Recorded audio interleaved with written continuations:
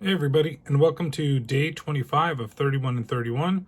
Again, we're getting down to the last couple of films, and tonight I'm going to Sweden to watch Let the Right One In.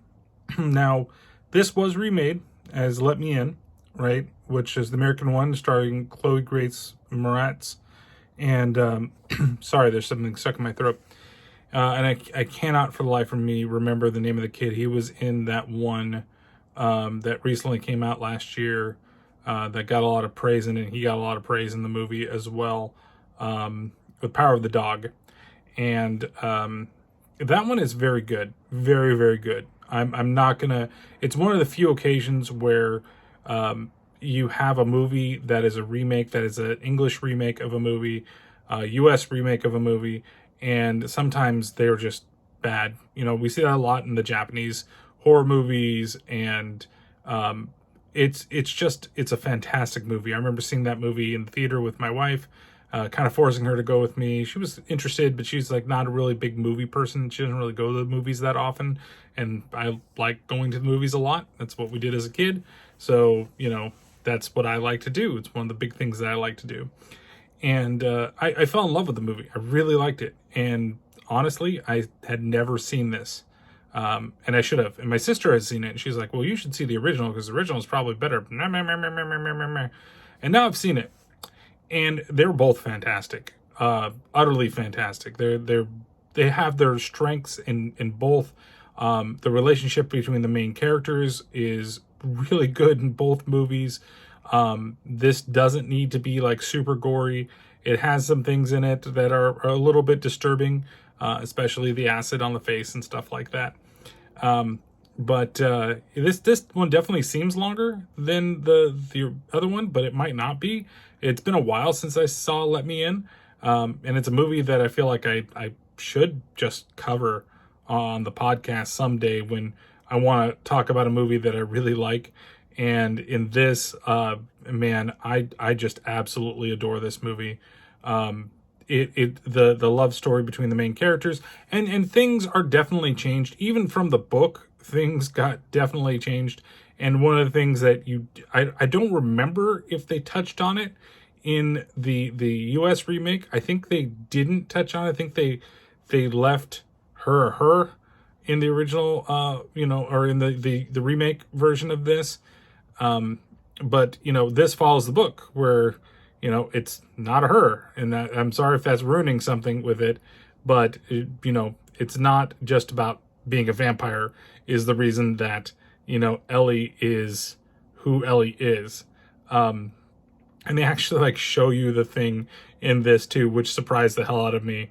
But there's other changes from like the book that they do, like the guy that's helping Ellie in the beginning of it. In the book, he's actually like a pedophile, and like there's a whole thing with him chasing after Ellie and Oscar to get, because he's so obsessed with Ellie. And there's a couple other things, of course, that are changed with it, and I think that those things are changed for the better. Honestly, I don't feel like I even need that. It's fine if it's in the original book, and that's something that that explores. But here, it's just not needed, and I'm actually thankful for it. And it's more or less like he's the first version of Oscar, or he's a version of Oscar that had fallen in love with Ellie as a young kid, and then was just there to protect her, which makes the ending that much more powerful in this version of the movie, and in the U.S. version of the movie as well. So I just think this movie is beautifully shot. I think that the performances are so good from two kids that are so young, that it's just like, it's so, the whole movie is just so damn powerful. And it's this weird vampire love story that it just comes out of left field. I think if I had seen this first, maybe I wouldn't have had the same reaction to the US one that I would have had when I saw it. And but here it's just, man, I just wish that I could see this again for the first time. It's that good. And just the characters are so well written, and, I believe the screenplay was written by the original author as well, and he took out the right, like I say, I think he took out the right stuff to make this a little more palatable on screen rather than just in the way that it would be in a book.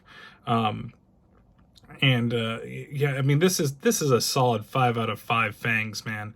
It is the best movie that I've watched so far in this thing, and out of movies that I've never seen before. And that's probably the craziest thing about the whole thing, is that I've never seen this movie before. And I was going through, I'm like, where am I going to find a movie to go watch? What service? And I thought, oh, Hulu might have something, and this is on Hulu. I'm like, score, doing it. I haven't seen this version. Let's do it. And it's worth your time. It's totally worth your time. It's worth the almost 2 hours that the movie is to watch this just fucking masterpiece.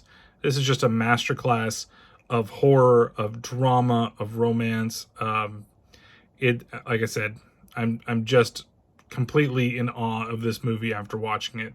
So do yourself a favor if you've never seen this version, and you can you can get the subtitles and everything. I know that, like, this whole series has been, for some people, they just don't want to do the subtitles.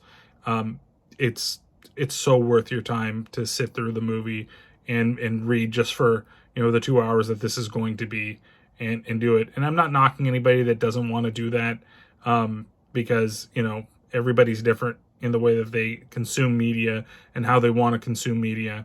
But you definitely do yourself a disservice by not watching this movie. That it is just, like I said, it is just that good that you have to see it and you have to enjoy it. Yeah, there's not much more I can say without, like, going through the whole movie and being like, oh, and I love this scene and I love that scene.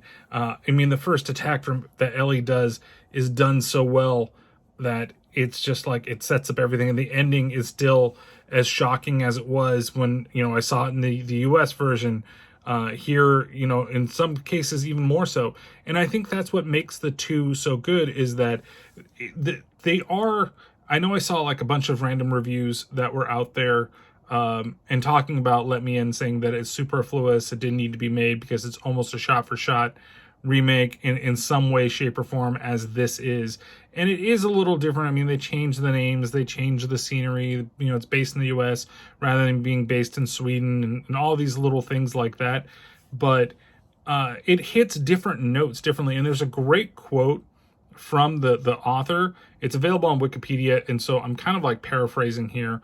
But the biggest thing I remember from the quote is that he said he's lucky to have 2 films on his one work that made him cry, but made him cry in different places. And that's very powerful for a movie like this. So go out, see it, and I'll see you tomorrow on another one of these 31 and 31s.